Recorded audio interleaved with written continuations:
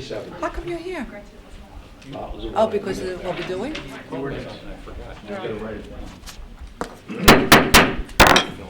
Welcome to the October 16th, 2019 meeting of the Mayor and Council in Oakland. At this time, roll call. Mayor Schrager? Here. Councilman Bialy? Here. Councilman Knapp? Here. Councilman Kamala? Here. Councilman Levy? Here. Councilman Pimentelli? Here. Councilman Talamini? Everyone look at your cell phones and put them on vibrate, mute, or off, because it is discourteous, disruptive, and please refrain from texting, because that could be construed as a violation of the Open Public Meetings Act. So at this time, I ask you to stand to salute to the flag and remain standing afterwards for a moment of silence. I pledge Allegiance to the flag of the United States of America and to the republic for which it stands, one nation under God, indivisible, with liberty and justice for all. I violated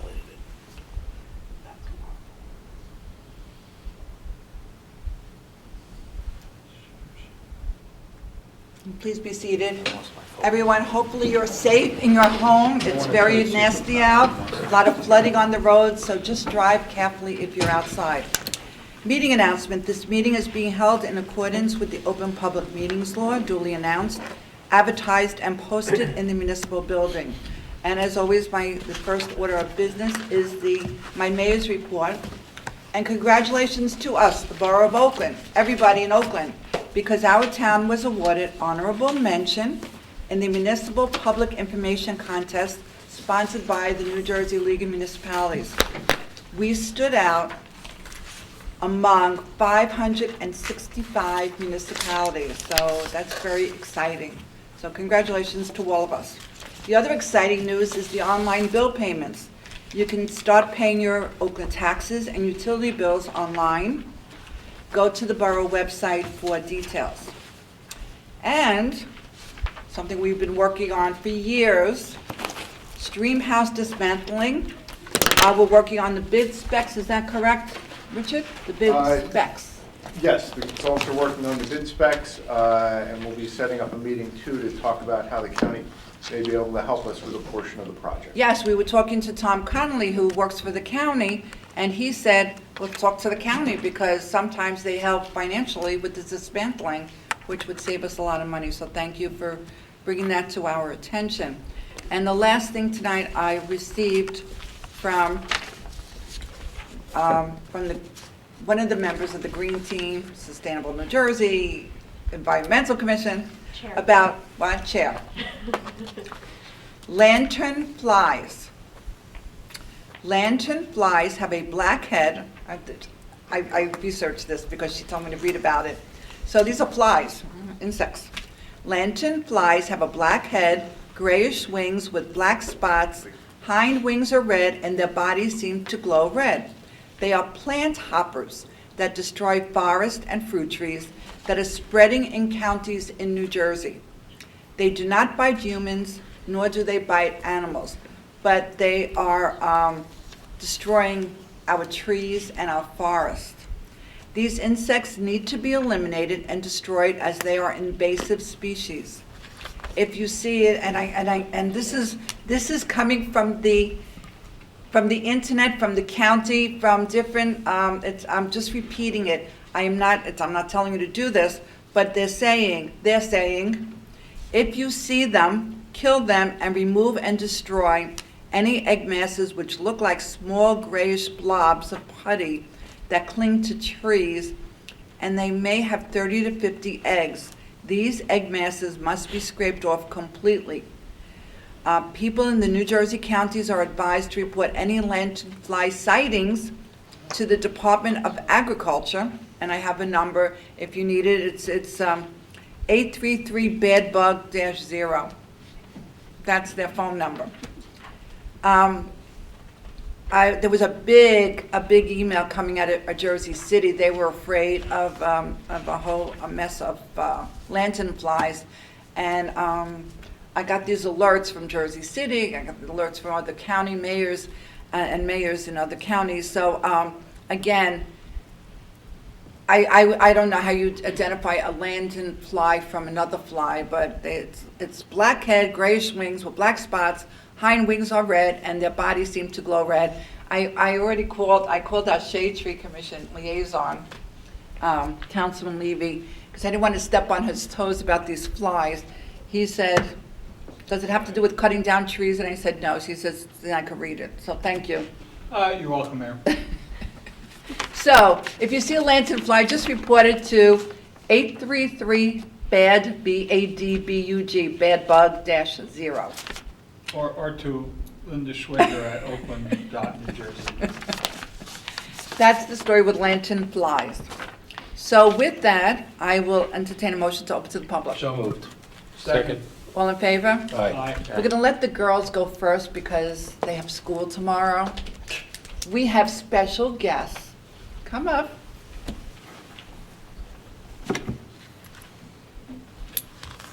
You stand by the podium. There is a microphone in the ceiling, so you just stand and talk to us. You're on television.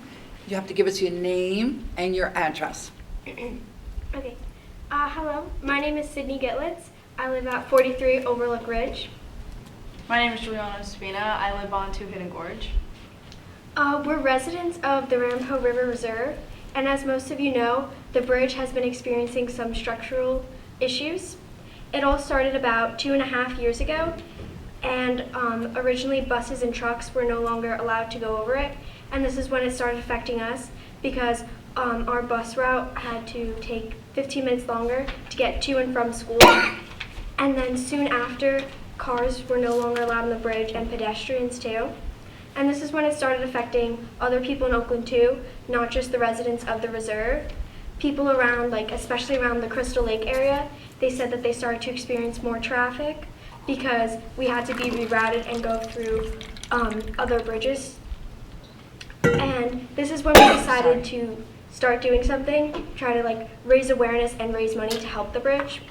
So going off what Sydney said, we started to hear from the town and through our parents that the bridge needed a lot of money to fix. So we wanted to make our own contribution. So we had some bake sales to try to raise some money.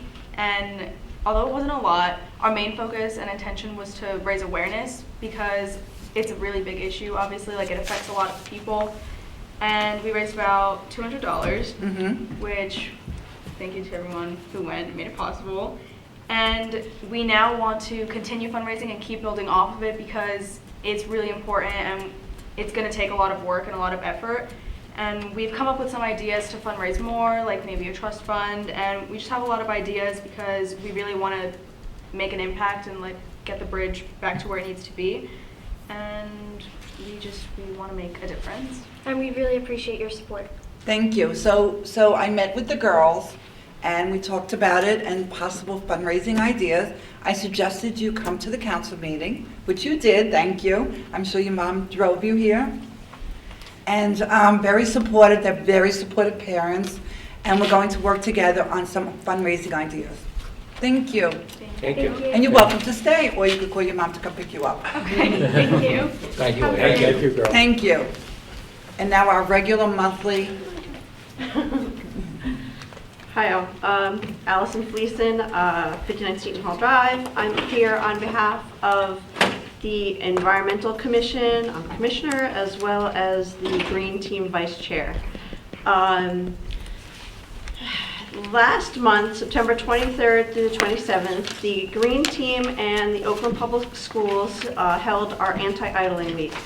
We actually went to all of the schools during school pickup, and we had members speaking to parents, asking them not to idle as they were picking up the kids. We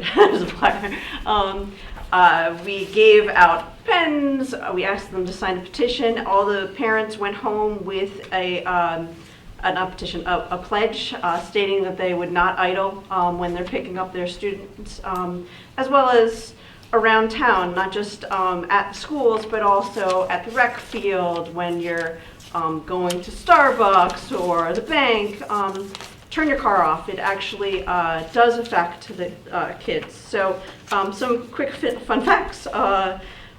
Each year, hundreds of New Jerseyans die prematurely from exposure to diesel exhaust. Fine particle pollution may actually cause more deaths in New Jersey than homicides and car accidents combined. The New England Journal of Medicine reports that exposure to air pollution may cause chronic decreases in lung function by the age 18. Fine particle pollution may worsen the symptoms of asthma and can trigger an asthma attack. Children breathe up to 50% more air per pound of body weight than adults. And with their immune and respiratory systems still developing, they're particularly susceptible to both acute and chronic respiratory problems such as asthma. And the American Lung Association also reports that asthma is a leading serious chronic illness among children and the leading cause of school absenteeism due to chronic disease. Some other facts. The studies by Harvard Medical School conclude that fine particle pollution is linked to premature mortality. It is estimated that people with heart or lung disease living in areas with high pollution die 14 years earlier from exposure to fine particle pollution. And fine particle pollution may also cause chest irritation in anyone. For sensitive people, such as those with allergies, fine particle pollution may worsen their symptoms. So some of the things that we can do, obviously turn your car off. Don't idle more than 10 seconds. If you're going to be somewhere more than 10 seconds, just turn it off. It actually, just turning on and off your car actually doesn't use as much gas as just sitting there idling. You can actually significantly reduce your gas usage by just turning it off. Obey the speed limit, walk to donations close by, obviously carpool. For kids, if they live in proximity to the schools, they can ride their bikes.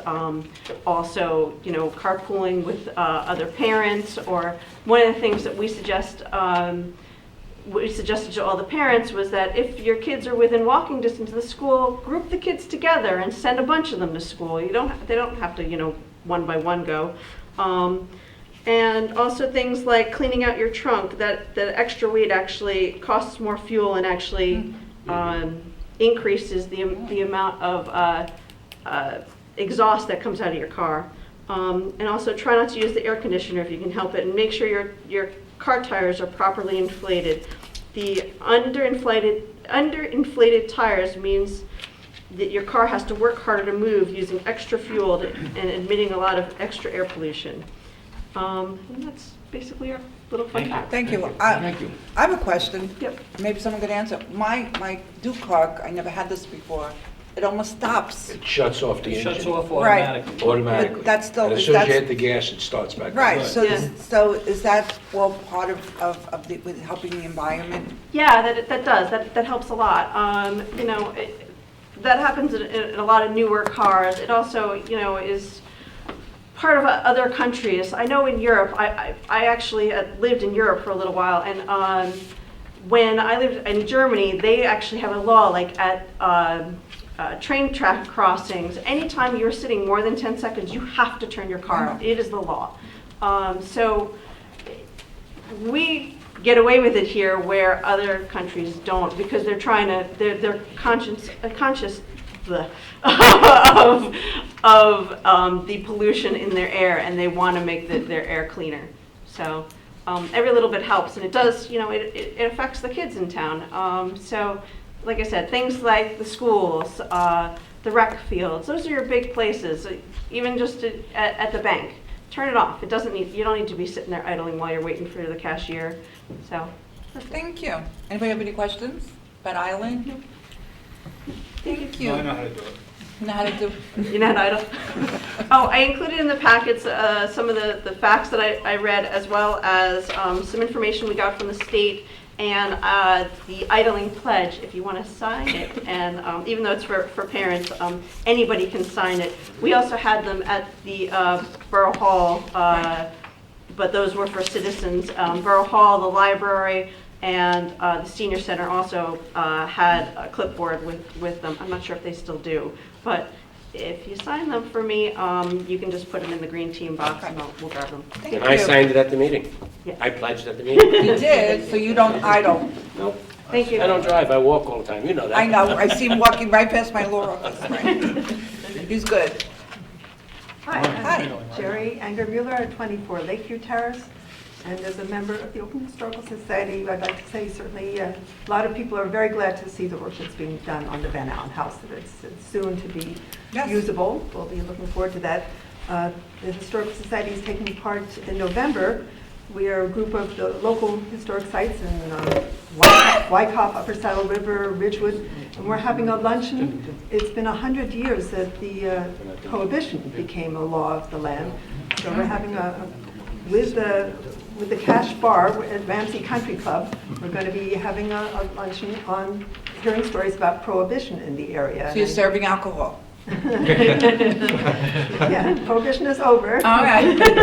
So, Apple cider. It should be, yeah, we're looking forward. It should be a lot of fun. And if anybody might be interested in going, you can look on oaklandhistoricalsociety.org website on the events page. And there's a flyer that you can use to order a ticket to attend the event. And so I hope, Oakland Where is the Historic- event being held? At the Ramsey Country Club. Nice. Okay. Do you have flyers at the library? I have, Maybe, yes. maybe put some in the Yes, but library. I will have And to the do senior that. center. Yes, yeah, I brought them down to Ariel too, yes.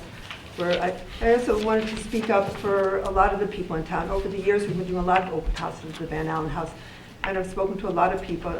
Hundreds of people must have asked me, when is the borough going to restore and repair this stream house? So that's the point of view. You talk about dismantling it, but I want everybody to know that a lot of people would have appreciated over the years and still would appreciate it, having it being brought back to use. And I mean, that's one there, you can spend money to take it down, you can spend money to restore it. And there are a lot of people that are interested in restoring it. I know you have it on your election pamphlet. Not everybody is in favor of having it dismantled. But Jerry, you're aware, we have been meeting so many times, Richard, John, we've had people from SHPO, State Historic Preservation Office, thank you. I can, and over again, we had to get permission. It's not salvageable. There's too much in there between insects, between the Structural stability. thank you, and asbestos and lead. So SHPO, after we hired the firm that is a historic, I mean, that's what they do, that's all they do. They work on historic preservation of buildings. SHPO doesn't, and I asked this question because I was shocked. They do not want us to replace it. I thought they wanted us to do an exact replica, and they said no. They want us to dismantle it and give them a plan, and that's the whole purpose of this. I know there's a And lot going on in the county, the day This is mentioned. SHPO. You know that if we had dismantled, if we had knocked it down or did anything without their consent, we would have been fined heavily, we would have hit penalties, and we would get nothing ever again for the Van Allen House. And that's what they told us. So we're doing exactly what the State Historic Preservation Office is requiring us to do. And you know what? We're going to have a beautiful building that will, I mean, my ideal would be, because this was the county seat for a very short period of time, which is, as you know, which is why Courthouse Place is called Courthouse Place. That's where the courthouse was for the county. To be a museum for children to go to that is structurally sound, will have historic remnants to it. I thought what would be nice is to have almost like a model, almost like a dollhouse model of what the stream house looked like within the building. But wouldn't that be great to have a place for children to come to, a museum of the county? We were the county seat. We should be proud of that. I think we'll be able to showcase the Van Allen House once that comes down. Absolutely. It's actually hidden behind this older building, to be gentle about it. You could be politically correct, yes. To be gentle about it. Yes. And now we'll be able to really showcase the Van Allen House. Yeah, we've always hoped it could be a museum too. It's a beautiful Yes, and that's what it will building. become. That is the plan. And we have, and almost as part of the permission to dismantle, we have to give them a plan. I forgot, what was the time frame, Bridget? They gave us 2 years. We have to years. submit a plan? I think it's 2 years. 2 years about And- plan and of then how we're our going to understanding, rebuild too, it. about We're not going to leave it empty. raising funding. It's not going to be vacant property by any means. It's going to be a building we could be proud of. Yeah, I know. We've just spoken to some of the people working on the Van Allen house. My husband was there talking with them, and they looked at the building themselves. They said the bones on the stream house are still good. The Naturally. foundation, And, not the up, the foundation. Foundation is good. It's, Yeah, it could in be fact, built they on. said when they dismantle it, they're going to have to wear hazmat suits. That's how bad it is in there. If I ask Outside, Jerry a outside. question, I know we spoke in the past about you spoke about this trip to the country club. Does the Oakland Historical Society have any plans for fundraisers? Well, we've been It's a doing this fundraiser. every year for we don't get a lot of money. We get $100, a few $100 here and a few $100 there. And But I mean, do you have other plans for fundraisers? when we know what's going to happen, yeah. I mean, to maintain the Van Allen house. When we can have open houses and events Yeah. there, when the house is restored, we can have open houses and events, definitely, we're very much looking forward to But you have to that. cash the checks. I'm sorry? You have to cash the checks that are given to you. I have. Yes. Yes. They have been. Actually, Yeah. that raises an interesting question, Mr. Beccatelli, or Mr. Coons. That is technically our property and our house, correct? Belongs to the borough, it's a borough asset? Correct. So at the end of the day, after this restoration is done, whether they can raise money or not, it still falls on us to maintain that property going forward, correct? Yeah, it's a borough property. So it's a borough It's asset, incumbent upon us to manage the site. Of course it is. okay? I just Yeah. hope someone with building knowledge inspects it periodically, whether it's every 2 years or 3 or 5 Not every years. 100 years? Every 4 or 5 years, this way, minor problems can be addressed inexpensively. Yes. Agreed. The You're going to county, you're going to be proud of the building. You're going to be proud of it. It's not going to be, we can't even use the word knocking it down. It's not going to be knocked down and just have land. It's going to be dismantled properly and with a plan that you will be proud of. And you can have fundraisers in there. yeah, that would be a great idea. Yes. I'd enjoy that. Mhm. Thank you. Okay. I was wondering. Hi, good evening. Oh, no. Well, you took care of the one problem already. Anyway. Dave Richardson, 320 Ramble Valley Road. How's everybody doing? Just a couple things. That glowing mass up on the mountain up there. I made a turn onto Doty Road the other night, and I saw this big glowing, Sign? that sign. up on Oh, the on sign, I'm thinking, oh my goodness, do we have a spaceship? That's what it looks like. I mean, I'm sure people have been commenting about it. No. Oh, really? Well, if I looked at it the other night coming down the highway, and you actually have to turn and look at it this way. You're taking your eyes off the road to take a look at it, because it sits over here. Behind the trees. I It's in a admit you bad cannot location. see it. It's in a bad It location. is in a bad location, you cannot see it. I see it from 287 going south on 287. But is South, it yes. supposed to be seen in both directions? North, you gotta look back for it. Wasn't there, Okay. wasn't there a law years ago you couldn't put any kind of advertising along an interstate? Mr. Chakowski. Yes, you are correct. However, the DOT governs all billboards and issues permits, and the permit was issued for property in Oakland. I know it's on private property. Unfortunately, there's a proliferation of billboards throughout the county, on Route 17 and Route 287. What you will likely see is probably another one on the opposite side, because there are permits pending. Because there's one down in Pompton Lakes. Correct, but you may see, although they want the billboards or the message boards to be seen from north and south, that sometimes doesn't work, so they look for property on the opposite side Yeah. to accommodate the opposite direction. Okay. All right. I'm just wondering, is there any streets in town here that are on schedule to be resurfaced this year? Oh, sure. Like Yawpaw, that 600-foot piece of McCoy Road, which is in bad shape, Walnut Street, Keep going. Doty Road, which is a horrible mess. They're down there every week or so filling the holes. You know, are these roads on the schedule to be done? It's, every year we have a road schedule. Haven't And, looked at Walnut. and next year, the county is supposed to come in for 202. Oh, they're gonna finish it? That's good. Actually, it was the county, we have to thank the county, because when PSC&G dug up in front of Rainbow Valley Road. Councilman Pignatelli's house, they did the one side, the piping, they were only going to pave that one side, and it was the efforts of the county. When I told them this is unacceptable, the county came in and paved the entire Because this has been stretch. 17 years since the last time this was done out here. It's been a long time. It's gonna be done next Well, if year. you're talking about Ramapo Valley Road, Yeah. well, part of the holdup was, we were hoping we were gonna have sewers sooner rather than later.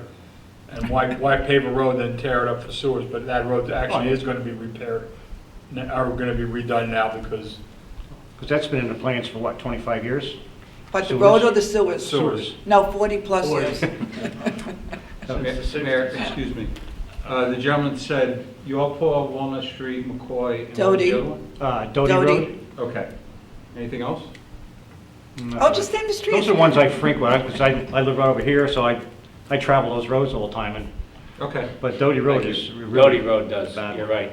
And I wish Wayne would take care of Terhune Drive down there, or Passaic County. Is there anything? Oh, one other thing. The lights. There is in town here, there's the property maintenance Yes, department. turn around. Watch what you say. All right. There's a few properties. in Brand this- new. There's a few properties in this town, I don't want to mention where they are, but if people Mention come them. in this town to look to relocate and see these places, they're not going to stay here. Some of Let them me- are really bad. Let me tell you about what we're doing tonight. On the agenda, we have 3 properties that, because there's a procedure we have to follow, because it's government. Government is bureaucratic, you know that. Yeah. So what is the procedure? We had to send them notice twice? Yeah, there's a notice requirement in the ordinance to give them a chance to correct, so they get a notice of violation. If they don't correct it, we can then go out and do the work, which in the case of these 3 properties, we then can put a lien on it and also issue a summons to the property owners as well, which I believe that at least on 1 or 2 of these we're doing as well. So there is a process there, but in ones where the property owner does not, respond to the notice of violation and clean up the property, once you go through the process, we will go out there and clean it up on our own. So I If know you down in look, if you look at Hawthorne, our agenda, the properties are listed on there, so Three it might be the properties. ones you. You're getting liens don't on know them now. maybe. So when they sell, they have to pay back to town. Yeah. But we're very fortunate. We have a new person. He's sitting behind where you're standing. He has come in, he's been wonderful. And you're absolutely right, because even where I live on a little dead-end street. Yeah. But when I come out of my dead-end street, there was a house there that was vacant, went into foreclosure, the bank owns it, nobody was taking care of it. And now we could see around the corner because DPW finally, went in Yeah. and mowed the lawn. I know down in Hawthorne, if you let your property go, they give you a 30-day notice, and if you don't maintain it, they come and That's exactly what we're doing now. We are so fortunate to have John here. Although our notice actually is more aggressive than that, it's 10 days. 10 days, yeah. But there's just a few in town that are really, really bad. Yes. If you have specific properties in mind. You want to write it down on a you- piece of You paper? can contact the code enforcement office. I already did on one property, and they haven't done anything to the place yet, it's still a mess. But you could And email me. I pass it almost every day. Okay, you can contact them too, they can let you know the status, because in some cases, they may have issued a notice of violation. We're waiting for a response, and, something may be in process. Yeah. But just, make sure that they're aware, and they'll go out and they'll do the inspections and follow up as needed. Yeah, okay. But you could do what other residents do. They email me confidentially, tell me to please tell the property maintenance, and I do. And I say it's coming from me, and you're welcome to do that. Okay, great. And we're tightening up the ordinance on that very subject that's proposed tonight Okay. for property maintenance. Yeah, like I said, I've been to the office already to talk to But we have But now we new- have a new have- person. John Whitkin. new person, right? We have a He's new- now new. He's been excellent. All right. We're very fortunate. We're going to indoctrinate Wait, indoctrinate him you want tonight, his cell right? phone? I'm sorry? Thanks, Lou. But you know what? You're absolutely correct, because that's what the neighbors of those properties say. Yeah. It degrades their property value, and Sure. that's important, right? Yep, you know. Okay, thank you. Thank you for bringing it up to us. Okay. All right, hello, Ryan Schwertfeger, 58 Andrew Avenue, wearing two hats as usual tonight. So first hat was for Communications Commission. As you brought up, Mayor, we received that honorable mention. Yes. So I just wanted to say to all of our volunteers, and also I know Michael Corelli, especially at Borough Hall, has been a big advocate and spent a lot of time updating the website and things like that. And we're always hoping to even improve further with Communications Commission. Hopefully sometime soon we're hoping to upgrade our control room as well, so people can see a little bit better quality on their televisions at home. Chopper also sent out a flyer today with all the different events that are going on in town, and there we go, Eric's got it. And it's shows like how to haven't been home volunteer, how to sign up. So thank you, Chopper, for sending that mailer out. It arrived today? But not today. It should be I in the haven't been mailboxes home today. yet, so I'll look You'll see tonight. when you get home. Yeah. Also, the candidates forum, I've had a few people reach out to me and ask me when that's going to be airing. So we finally finished doing our recordings. So for those who would like to watch, I still have to program them in tonight, but they're going to air at 7 in the morning, 3:30 in the afternoon, and 10 o'clock at night every day until Election Day. Nice. That's when we had openings in the schedule. I believe the individual clips will also be posted online. So if you don't want to do those times, you should be able to watch them online. And then for those candidates who were not available or couldn't participate, you're still welcome to submit something, because we have to give equal time to everybody. And you can reach out to me, and I'm more than happy to let you know what the rules are on That's that part. very nice of you, thank you. You're very That's welcome. very nice of you. And then my other hat, my dog park hat, we're waiting for tickets to be printed, but we're going to be doing a Super 50/50 raffle. You'll be able to buy the tickets at Pet Supplies Plus and at Chopper's office downtown. They're going to be probably coming out in the next week or so, and you'll be able to buy them until the end of November. Essentially, it's going to be $100 a ticket, but there's only going to be 200 tickets. So if every ticket sells, you have a chance of winning up to $10,000. So the stakes are pretty high, but the benefits are very high. And you have a pretty good chance of winning compared to, if you play a regular old lottery game, at the ShopRite or whatever, and you're benefiting a good cause. So check those two places in the next, I'd say, week, 2 weeks to buy your ticket. And if you have any questions, to reach out to me on that. Yes, you and I know, everybody in this room probably knows when you say Chopper. I don't think a lot of the residents know who you're talking about. We're talking about Thomas Chopper Russo At? what was it, 373? I don't know, his address, Remax. the Remax. The Remax office. Real estate office, right. Right in the middle of downtown. Right. So he's the one who always sends out the mailers Right. with his dog wearing a tie on it. Right. If you probably have seen that, Yes. so. Thank you, Mayor. Anybody else? Motion to close? So moved. Second. All in favor? Aye. We have raffle licenses. Oh, there were no minutes, right? No minutes tonight. So raffle license. We have raffle license 1373 for the OLPH, that's Our Lady of Perpetual Help Church, for a calendar raffle. And I don't have to read all the dates, do I? No, There's a lot of dates. a lot of days. A lot of dates. It's cash and gift cards. Is there a motion to approve? So moved. Second. All in favor? Aye. Any opposed? We have an appointment for Public Events Committee and prom. Okay, Russ. It looks like Brambino. Prombino. She would like to go on to the public events, and she has worked in photography, so that's excellent. She's actually attended a meeting already. Oh, good, thank you. All right, a 3-year appointment. So you want to make the motion? So moved. Second. All in favor? Aye.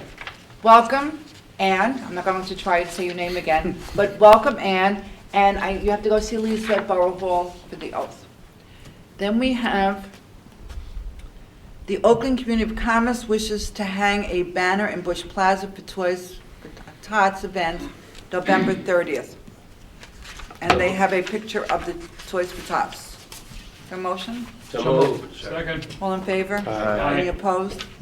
Resolutions. If you want any pulled out, let me know, otherwise we'll do it as consent agenda. 19266 is the anti-idling resolution, which we all heard about. It's that emissions from gasoline and diesel-powered vehicles contribute significantly to air pollution. And also that idling more than 10 seconds uses more fuel and emits more pollutants than turning the engine off and on. Resolution 19267. We don't have 7. It's being held. Oh, that's the one that's being held. Right. 268, authorize in-car video system. The police department wishes to purchase 4 RE in-car video system at a cost of $45,184. I think it's very good to have, is that the dash cam? Yes. Yes. Oh, that would be excellent. 19270 is to authorize Boswell Engineering for the Ramapo Valley Road sidewalk improvements. And this will be not to exceed $44,100, broken down as follows. The survey and topography, $21,600, and preliminary construction plans, $22,500.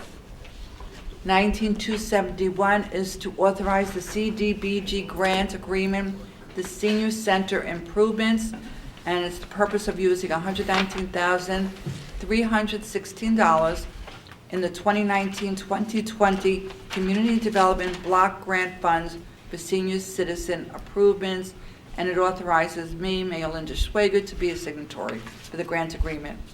19272 is to appoint fire official. Thank you. And John Whittigan has been the acting fire official. We want to make it permanent, and the appointment will be effective October 17th, 2019. 19273 is authorized accrued time payout for Karen Dubelwick, who was our Board of Health. Board of Health and registrar. And she retired. The sick, vacation, personal, and compensatory time, $12,392.60. Authorize accrued time payment payout for Eugene McMahon, that's $19,274. Again, he also retired, and his payout is for sick, vacation, personal, and compensatory time accumulated, $13,905.74. 19275 is authorized accrued time payout for Luchrist Supris for sick, vacation, personal, and compensatory time, $660. 19276 is the resolution for the borough to the purchase of rock salt through the 2019 New Jersey Cooperative Purchasing Alliance pricing system, and it's the Bergen County bid 1944 Chemical Equipment Labs. 19277 is the purchase of a turnout gear, 22 sets of turnout gear at a cost of $2,698 each. It'll be through the Wolf Group, and the funds are available, so it'll come out to $34,000 plus another $25,356 for a total of $59,356. 19278 is the authorization to purchase pickup trucks, and this is for the DPW, 2 Ford F-350 pickup trucks at a cost of $37,533 per vehicle. 279, authorize the purchase of the police computer network from Dell Computers, and at a cost of $156,121.45.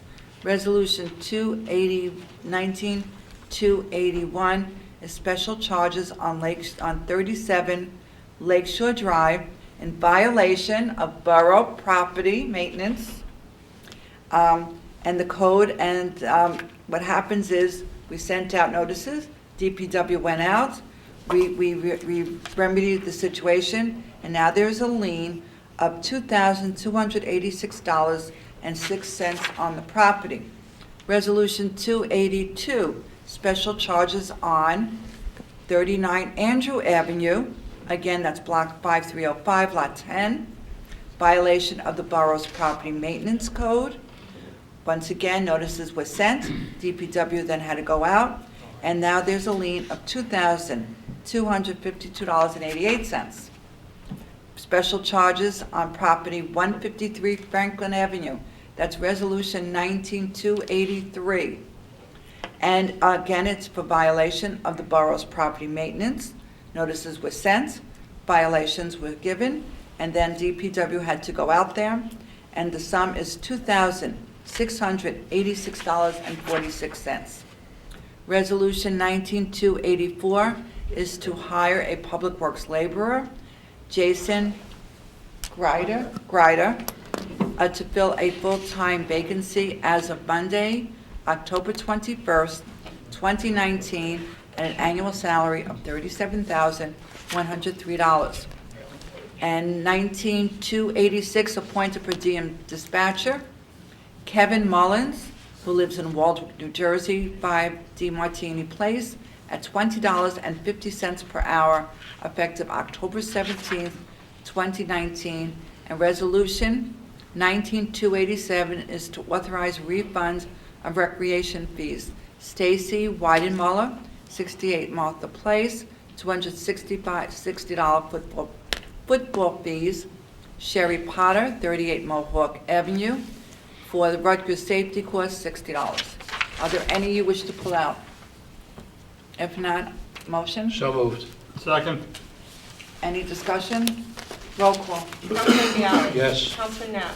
Yes. Councilman Kamala. Yes. Councilman Levy. Yes. Councilman Pinicelli. Yes. Councilman Talamini. Yes. We have ordinances. These are introductions. 19 Code 792, an ordinance to amend, supplement, and revise the Code of the Borough of Oakland, the land use design standards. Design standards are the, if I'm correct, the ballards?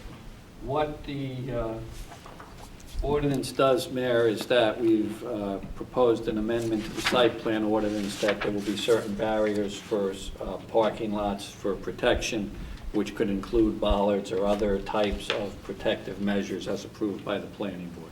And this is as a result of all the cars that are going into retail establishments, going into the glass and injuring or even killing some people inside. So, is there a motion? So moved. Second? Roll call. Councilman Bialy. Yes. Councilman Knapp. Yes. Councilman Kamala. Yes. Councilman Levy. Yes. Councilman Pinicelli. Yes. Councilman Talamini. Yes. And the final hearing? This has to be adopted December 4th because we have to refer to the planning board. Okay. Got it.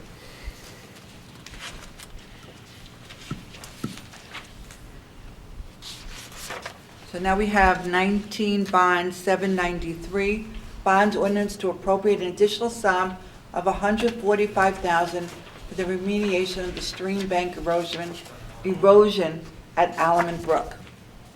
There a motion? So moved. Second. Roll call. Councilman Bialy. Yes. Councilman Knapp. Yes. Councilman Kamala. Yes. Councilman Levy. Yes. Councilman Pinicelli. Yes. Councilman Talamini. Yes. And now we have to do Resolution 19285, which introduces the bond ordinance for the sum of $145,000 for the I can't even speak tonight, sorry, remediation of stream bank erosion at Alaman Brook by the Borough of Oakland. So moved. So moved. Second. Any discussion? It's the resolution. Roll call. Councilman Bialy. Yes. Councilman Knapp. Yes. Councilman Kamala. Yes. Councilman Levy. Yes. Councilman Pinicelli. Yes. Councilman Talamini. Yes. Now, on 19 May- bonds, 793, the final hearing. Yeah, Yes, October yes. That could be October 30th. Yes. Right, that's different, Yes. because that doesn't have to go to the planning board. I thought I had to do the resolution first. I didn't, okay, thank you. Okay, 19 Code 794, That's being carried. that's carried. I didn't do that yet, Mayor. That's be carried. 19 Bond 795, capital ordinance of the Borough of Oakland, in the County of Bergen. It's an ordinance for the supplemental appropriation of $73,218 for ordinance 16748, Van Allen House improvements in and by for the borough, and providing that such sum so appropriated shall be raised from the capital improvement funds of the general capital funds of the borough. Is there a motion? So moved. Second. Roll call. Councilman Bailey? Yes. Councilman Net? Yes. Councilman Kamala? Yes. Councilman Levy? Yes. Councilman Pinatelli? Yes. Councilman Talamini? Yes. And the final hearing? October 30th. So all these ordinances that have been introduced can be found and can be read. So the public hearing is at the time of the final hearing. So work session. Mr. Kern, you're on. Thank you. Well, actually, if we can go out of order a little bit, as Sure. you indicated earlier, John Whittekind is here. Yes. And he is here to discuss the proposed vacant and nuisance property ordinance, as well as revisions to our fire prevention code. We provided the drafts to you. The idea here is to establish a procedure to register what are called abandoned properties, according to the definition in the proposed ordinance, and to provide a way to also address, taking possession in certain cases and following up and getting properties cleaned up. This addresses more of the ones that prove to be a problem over and over. It's something that's worked well in other towns, including Franklin Lakes. And I asked John to be here tonight so he could kind of explain some of the particulars, how it works, what it does, why we need it, and just to share any experiences that he has. So John, if you want to come on up and... Come on up to the microphone. Sure. And tell everybody who you are. John Whittekind, code enforcement official. Thank you for And being here tonight. Fire official. Yes, now you're the fire official. Yes. Tomorrow. Officially fire. Oh, tomorrow. I guess what you have in front of you is a couple of different, it's one ordinance, and there's two different criteria in there. So it's primarily to address foreclosure properties, which are bank-owned. That's the primary or the first part of that ordinance. Banks are held accountable, as we do in Franklin Lakes. So they have to pay registration fees, they have to provide us with all the information, contact information, personnel that's 24-hour access to. And it gives us more teeth or better enforcement and control of these properties. Also, the banks, obviously they don't want to pay registration fees after a certain amount of time, so it kind of encourages them to also sell the properties at sheriff's sale or auction. Part two of that ordinance is nuisance properties. Those could be foreclosures. They also are vacant properties, not occupied properties. There's a difference where property owners have walked away from their site. There are a number of them in town here that we have. This allows the borough avenues to either rehabilitate the property and be able to market the property, or eventually, at the last resort, would be to actually take possession of the property and either do it, what needs to be done is demo it, or again, rehabilitate it, or sell it off. So it basically allows us to be able to better and more efficiently enforce those properties that right now kind of sit in a Limbo? Really in limbo, because there's nothing we can do with them. Yeah, you can send notices to financial institutions, summonses, without a name, without contact. They don't go anywhere. And they can sit still and sit like that. And I mean, we can keep cutting grass and putting liens on, and the banks, the financial institutions really don't care. The difficulty I found is when there's the bank owned in Florida or Virginia or... Well, by state law, they're supposed to provide you with an in-state representative. How accurate... It just makes it more cumbersome. Well, how accurate that information they provide you, Yeah. So this actually puts the control in the borough. Since we started this program in Franklin Lakes, when I started there, we had about 90-plus properties that were in foreclosure. We're down to in the 50s, about mid-50s right now. So over the years, when they start paying that third-year registration fee, they start looking to unload them. $1,600. Yep. What about unoccupied rental properties? Unoccupied rental properties, as long as they're still, depending on where they are, as long as they're still owned by a person, we actually get them underneath the property maintenance ordinance. So one in an example that we were talking about, at one point, it's been a repeat offender, it's been vacant. Right now, that was a summons was issued to that property owner, so they will be appearing in court. Okay, and that cycle will just keep repeating if behaviors are not improved? It will. Again, at some point, that property will, under the nuisance property ordinance, actually qualify to be put on that list. And there's a whole legal procedure that Brian, I'm sure, will go through. And Yeah, it's a little cumbersome for abandoned properties, but it's in accordance with the statute. And the abandoned property statute, I think, came into effect in either 15 or 16. And as Mr. Whittakin indicated, it was intended to address those properties that, let's say, were neglected during the foreclosure process.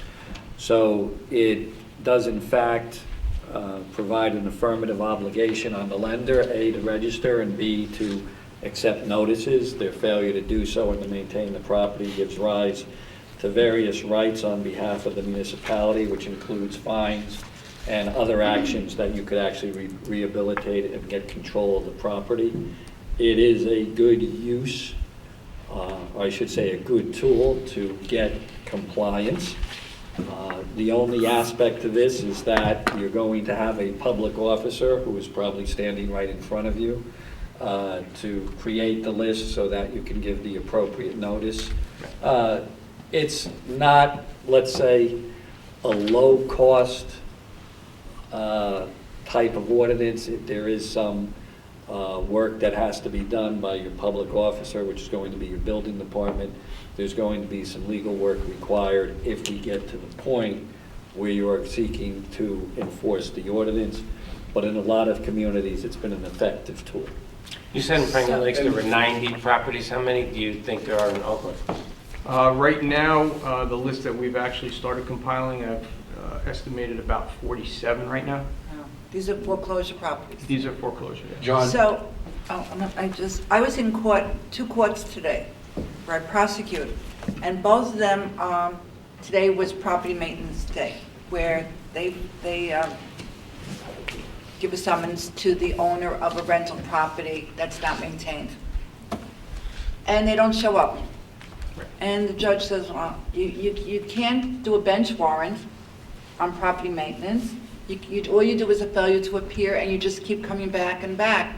So what do? We just keep adding the fines? I mean, is that how we can handle it? You have fines and you have the ability to lien, you know, just as you're doing with your other properties, with DPW is maintaining it. If it becomes such a problem, you have the right of foreclosure under certain circumstances. Oh, we for do. various tax liens and the like. It's, as I said, it is not what I will call an easy process, but it certainly does get compliance. Most of your, I shouldn't say most, I would say a good amount of your lenders are somewhat responsible, and once they have somebody that's aware that you have this ordinance in place, they tend to maintain their properties. I mean, the way that it usually works is that your clerk's office should be receiving notices of foreclosure. What will happen is those notices will then go to the building department to make sure that the properties are appropriately registered. If you're going with an abandoned properties list, there's other criteria that needs to be followed in accordance with statute, but that's a list that'll be created. It'll probably be different from those foreclosed properties, but an abandoned property just has been sitting out there. Well, You know? I'm really happy to see this. I mean, Rich will tell you, this is a quality of life thing. It's a pet peeve of mine for years, and when I walk around town, I just take pictures and I text them to Rich, and a lot of times, just nothing got done. But So, now we have a new person. I understand, and I overly appreciate the work. And John, Well, I just wanted to bring something up. now that I just heard that the town is notified when a building goes into foreclosure. So that goes to you. Well, it will go through the borough clerk. It'll go through the borough clerk, she'll be notified, She'll be and she'll forwarding send me you. emails. I just want to prevent the property from being noticed when it has 16 inches of grass. So we have a list of red flagged properties, so you can keep an eye on it. So Well, it doesn't the get to pro- that The point. process will be now that we have somebody to hold accountable. Right. And that's the main object of the whole ordinance, is going after the bank and being Either the able to institution, hold- right, Correct. okay. And then we should not have to be sending our DPW out. Right. Go through the process of putting liens on properties and Correct. chasing it down and getting quotes and all that stuff. But the banks will now, pretty much they're obligated because they understand this ordinance and they know what it entails and the severity of the ordinance. They will now be doing it on their own and we Very wouldn't good. have that 16-inch high grass, hopefully, going forward. That'll be good. Mayor? Yes. Question for Mr. Wickend. I just wanted, Bob, since you brought up pictures, I got pictures for everybody. I want to pass it down to Dais. John, I want you to take a look at this. I want to see how, give an example, and I want to have you walk us through some of these abandoned properties. These are obviously zombie houses that are sitting down in town by Riverside Drive. You see page 1 and page 2. Okay, so with this first house, I'm not sure if this is a foreclosure or not. Okay.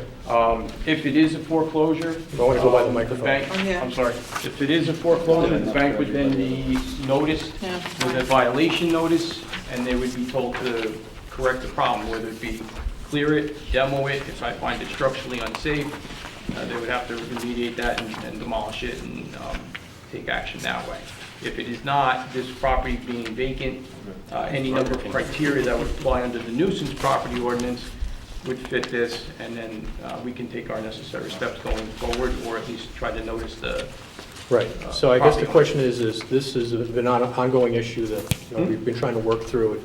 Obviously, residents have complained about raccoons coming through the roof, having a litter there. It's a blight in the neighborhood, everything's overgrown, you can't see the front of the house from the road, and it's very problematic. Page 2 is another property that's down there, 2 bungalows that have been since 2011 Hurricane Irene.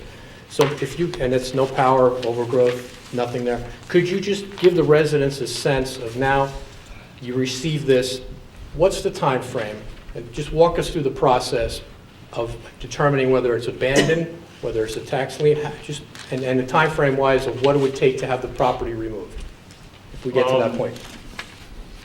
Every property is going to be different, and I've explained this to Rich before. I don't have, not to sound curt, a magic wand. Correct. So I can't just make them disappear. So every property will be different. Every property will take a amount of time to correct. These properties right now were noticed under property maintenance, failure to act. DPW actually we just received quotes from the DPW to at least cut the grass and remove the brush, which I have to forward to Rich and give the okay to, and he will give the okay to DPW to clean up.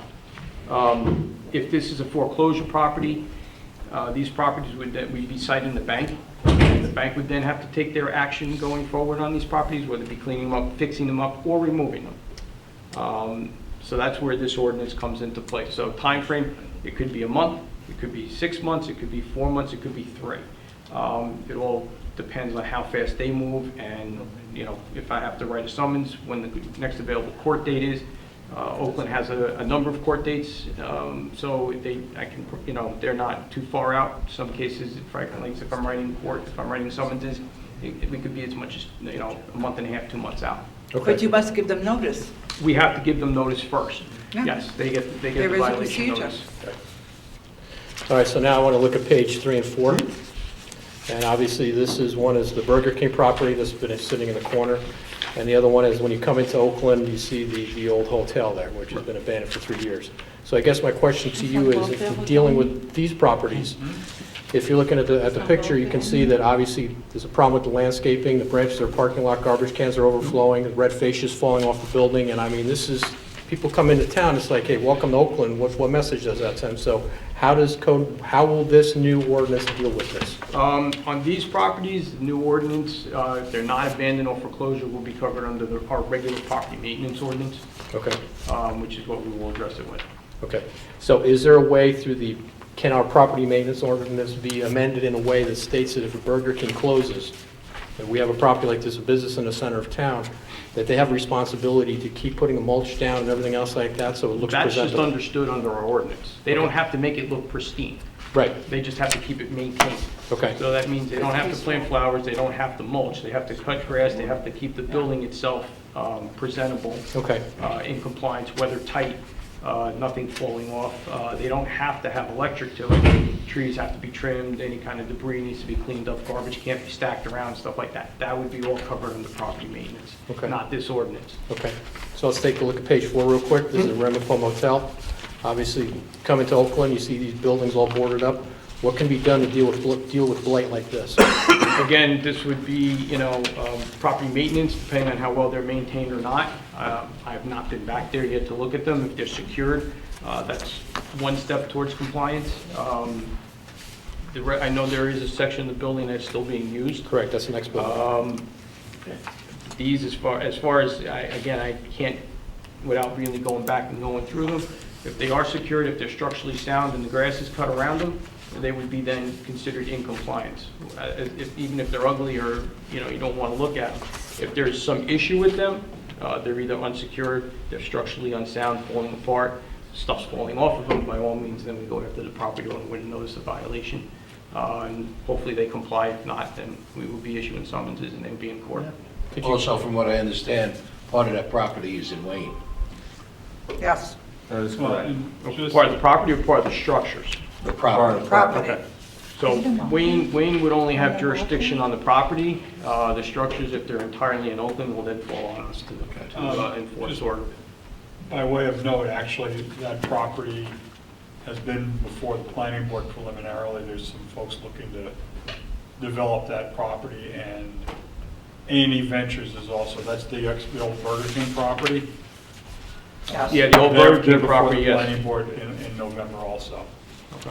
So, If you have anything with that property, you can let the planning board know. Because the planning board has previously had them get rid of some trees and do some other things, because they've got some variances and things like that that they were looking for. John, can you just explain this fine process again, 400, 800, and then when it jumps up to $1,500 a day for the Those zombie aren't houses? fines, those are registration fees. Okay. So these properties are required to register annually with the borough. Okay. So it's an ascending cost. So the first year it's 400, the second year it's 800, and the third year, and they're going forward, it's $1,600 a year for their registration fee. So fines would come after with the registration form. I think you guys have a copy of the form that the bank is required to send us and fill out. So it's pretty descriptive and in-depth, down to where we have a contact who's available 24 hours a day.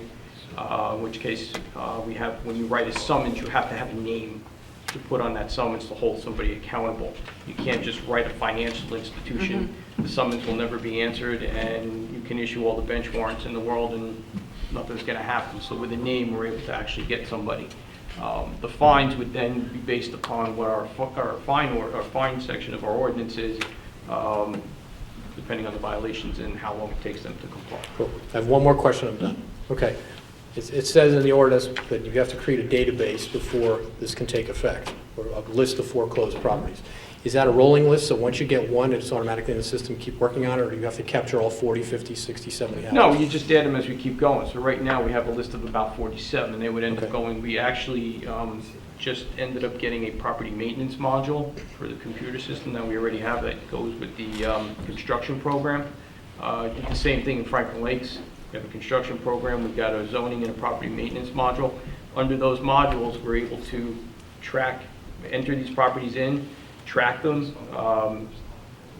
monitor say property maintenance conditions, registration fees, and all that stuff, and it kind of keeps it a little bit easier for the person to actually go through. We have what they call rap sheets on these properties, so it gives a history of every time a violation. Every time I've done something on one of these properties, it will be logged into that computer and into that program under that property. So if a resident says, listen, I live next to one of these zombie houses, can you give me an update on this? Is there something you can send to the people, say? No, we can't send anything to them that's not for them to see. Okay.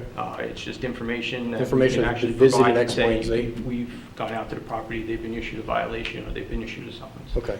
And is They it, can operate, it's public knowledge, it's public information, no? If they operate, I'm not sure to the extent, I would have to defer to. Maybe. So, and- now, you are now our fire official. No, Fire tomorrow code. he's our. Well, all right. So will you have a separate summons, because like I said, I prosecuted so many different towns. They have the fire summonses for fire code enforcement if the property is a fire hazard. They have, we have the health, an officer going around for health reasons and then property maintenance. You're gonna be doing all that? Property maintenance and fire prevention is, I have 2 inspectors that are out now. Okay. We're doing inspections now, and we're hitting some of the life hazard uses. Yeah, we're hitting some of the most What's a important life parts. hazard use? Those buildings that are registered with the state, certain buildings are qualify for what they call the state registers them, and they fit certain criteria, so they don't pay a local registration fee. They pay the state, but we're still obligated to go out and inspect them. So we're hitting some of the bigger life hazard uses right now. We've hit the schools, we've hit the daycare centers, we've hit some of the other assembly uses in town, and we're just working our way through from there. Thank you for being here. And so Mayor and Council, kind of as an adjunct to putting this ordinance into effect, and as Brian had indicated, it's cumbersome, there's a lot of record keeping, there's a lot of work that comes with it. To make it effective, what we're going to be looking to do is to hire additional administrative staff for the Code Enforcement Office. That's going to do several things. It's going to enable us to implement this ordinance. It's going to enable us to have somebody dedicated to overseeing the administrative aspects of property maintenance, of fire prevention, of being a backstop for the technical assistant, so we won't need to close the office if she happens to be at lunch and the inspectors are out in the field. And also, John has kind of picked up the property maintenance component. I think he wanted to see firsthand and get a handle on things. But the longer term plan is, once we do that hiring on the administrative side, is to hire somebody dedicated part-time just to property maintenance as well, to bolster our efforts. And I'll use John's example. Somebody reports a property where the grass is 16 inches. We can be more proactive and devote more hours to it than we've been able to in the past. We've been very reactive. And we talk about this all the time. We don't want to be reactive. And it's not unusual for towns to address property maintenance and zoning on that sort of complaint basis. But if you really want to tackle this, you need to have the resources there to go out affirmatively, ride around, find violations, and address them before a lawn gets to be 1.5 feet tall. And by doing, kind of implementing the plan that we've come up with, I think we'll be able to do that. That raised an interesting question. Like the property on Sheffield and Page Drive that was 2 feet tall, one of the zombie houses. Foreclosure. Okay. So my question to you then is, if the borough has currently now taken care of the lawn maintenance, and when the spring comes around, do they have to be issued more violations, or is the town in a position to keep them mowing the lawn because it's? We still have to issue them a violation notice. So there is a procedure we have to follow in order to take that next step. So the reason I'm asking that is if we know it's a foreclosed property, and right now in the spring the grass is 2 inches tall, and by the time it goes through the process, it's 1.5 feet, 2 feet tall, how can we shorten that gap? Weed whacker. With this ordinance, I'm hoping it doesn't get to that point. All right, so this will be proactively, so. For that, yes. That'll actually that puts the onus on the banks with the fees and what can occur. The banks basically at that point should hopefully step up and take care of it. So that'll take care proactively? It should be, yes. Okay, thank you. Also, in the meantime, to all the residents, if there's property near you, because we don't have the resources right now for you to travel all over Oakland all the time, please let us know, and then we can send John out there. Well, we're doing our best. I mean, You're doing a great job. What do you mean you do? You're doing a fabulous job. Thank you. Thank you very much, Mayor. But we're doing our best. We're a little short-staffed, and we're still getting used to the borough. It's really probably about 3 months It's 4 months we've been here, but about 3 months since we were able to get out and actually start looking at stuff and learning the town. And so it's going to take us a little while. We're trying to address what we can. We're trying to deal with the ones that we have gotten complaints on. And then we're trying to also take a look at certain sections of town and try to be proactive and try to deal with certain ones. I haven't gotten everywhere yet. There's probably a lot of them I missed in the corners and stuff like that, so be patient, we will get there. We are patient, and we thank you so much. Oh, thank you. Can I just ask about Of course. with the DPW? I mean, they have a lot to do with regular stuff. Would we be better off like contracting out to a landscaper to do the maintenance rather than having the DPW, taking them away from what they normally do? Richard's smiling. Well, yeah, I mean, certainly, I think doing this will hopefully decrease the instances where we have to send DPW out. They've been tremendously responsive when it needs to happen. I can talk with Anthony. I know when we talked about that a long time ago, I think, and I don't want to mischaracterize him, and he's probably watching right now. He is. But I thought we felt it was, probably better to kind of keep that in-house. We could probably be more responsive by doing it that way. But it's something we can look at again. Okay, I mean, it just seemed to me if we're being so proactive, I mean, I think there'll be it'll probably build up and then they'll realize that it has to happen and then it'll taper off. But maybe to get over the hump, maybe we have to. Yeah, so far he hasn't said it, he hasn't told me it's something that his department can't handle, can't Okay. take care of. But it's always something there that, I know there are towns that choose to do it that way. Yeah, thank you. Thank you so much. No problem. And one good note, we're getting into winter, so hopefully the grass will Grass stop stops. growing. But tomorrow, after all this rain, Leaves. Thank you, John. Thank you. thank guys. you, thank you. Oh, go ahead, next. Next, John, just real quick, any update on the Great Oak Park band shell? Yeah, that's me, John. We have a lot of Johns in our town. We talked earlier today, we have to talk to Mr. Chukowski. There's a legal issue with that item. Okay, right, so we'll meet and we'll talk about it. Yeah, we need to cover some, Okay. let's say, access points. Got it. Correct. Okay. All right, next item then, off-duty police escrow ordinance. You were provided with a draft of this in your packet. This is something that David's been working on with Keith. It's gone through legal review. Basically, it's just something that's required to establish the parameters for how we handle what are called, off-duty or outside duty details by the police department. It controls such things as the vendor application process, under what situations and conditions officers will work out off-duty details, the establishment and management of an escrow account for the payments, and compensation for the officer and to the borough, and insurance and indemnification requirements of the vendor. So in large measure, the process is in place. It's kind of a reflection of much of what we're doing already, but it is something that we need to put in an ordinance form. So this is, for example, if PSC&G or Rockland Electric come in, Correct. it has nothing to do with what they do outside on their own. No, this is when they're actually, the work is scheduled through the PD, when Got it. Outside vendor requests services for police through the borough. Got it. Okay, does anybody have any questions on that? That's good. Okay, next up, it's that time of year again where we get the annual best practices checklist given to us by the state and asked to fill it out. The deadline this year is October 30th. They changed up the format based on some feedback from my professional association and the Finance Officers Professional Association.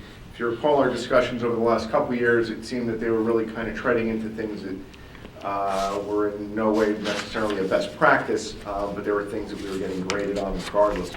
They kind of took our feedback and kind of split it apart this year. There's a group of 30 questions or so, which really they're just seeking information from municipalities, and then another group of questions that they kind of break up into what's called core competencies and best practices that we have to answer yes or no to and we get graded on.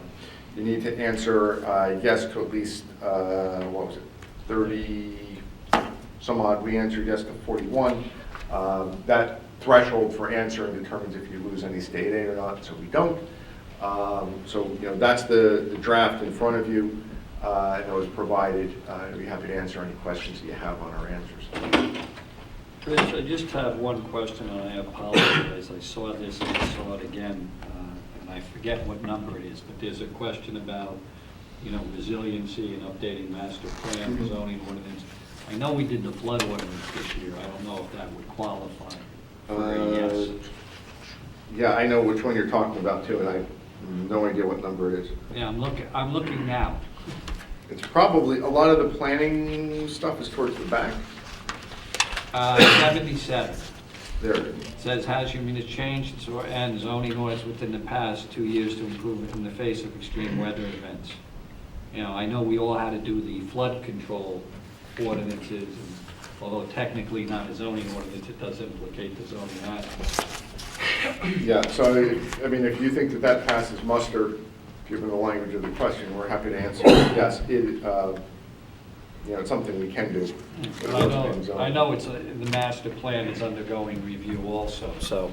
I saw that when I went through it, I just thought maybe there's a way you can get it to yes. Although it's listed under flood control, it does have those zoning implications. Right. Actually, I think our central business district, part of the master plan, is under review. I don't know. Yes. We're planning on doing a whole master plan. So, number 56. It has to do with garbage, and we have petitioned the state. I know the mayor's group, we've sent letters to the state. We've met with the flow area, or the Wolf Pack, whatever you want to call it. Why should we be penalized if we did not receive 2 bids? We're not penalized for that. If you notice, that one's called an unscored survey question. Where does it say that? I see. Just to the right there. They just want to know? They just want to know. I think that, whenever we talk to our colleagues, we're all facing the same situation there. It does not seem to be limited to Bergen County or section of Bergen County. And I think this is finally getting on the state's radar screen, and that's why they're asking this question. Good, okay. Okay. And we made that complaint a year and a half ago, so, right, Brian? Yeah, when we awarded the last contract. Correct. Yeah. And we never heard anything back?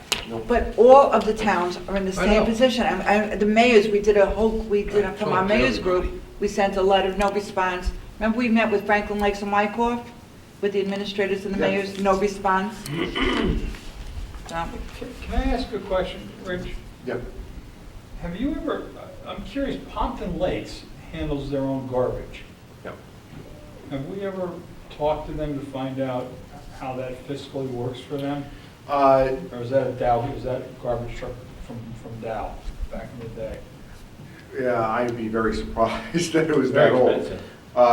Yeah, the last couple of contracts, over the years, we have taken a look, at least to kind of do a preliminary analysis to see whether it made sense fiscally.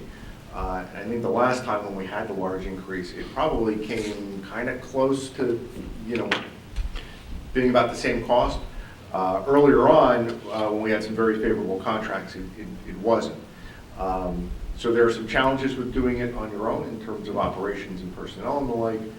There is a very large upfront capital cost to buy all of the equipment. So there are challenges to it. But if it continues, it may be something we want to take a look at. And that would be a prime move towards shared services, if we have 3 towns all incorporating for garbage pickup under one unit. Yeah, we had looked at that, we had looked at way back, years ago, at contracting on a shared service basis with Wyckoff and Franklin Lakes. We wound up only doing it for disposal. There were some issues there on the collection end and routes and how you gain efficiencies that kind of mitigated against that. But that would be an interesting question if we were to do it in-house as to how that would work, perhaps on a shared service basis. When we first moved to Oakland in 1973, I can't believe it's so long ago. Did we think it was 1873? 1873. No, 1973. You were a little girl in 1873. Oh, Wow. wow. All right. He said it. Am I turning red? Am I John turning red like Bialy, this? B-I-A-L-I. He's one of you people, he's a D. I'm glad you spelled it that way. B-I-A-L-I. Would you like to know what I wanted to say? I would. Oh, thank you. Now, you've been living in town for a long time. Well, he We was used to- here since 1870. Oh, well, we paid Yes. to the garbage company directly. Yeah. It wasn't through Right. the taxes. And there are towns in the state that still offer, or I should say, don't offer garbage collection as a service at all. You have to contract with your own company to do that. It's not unheard of.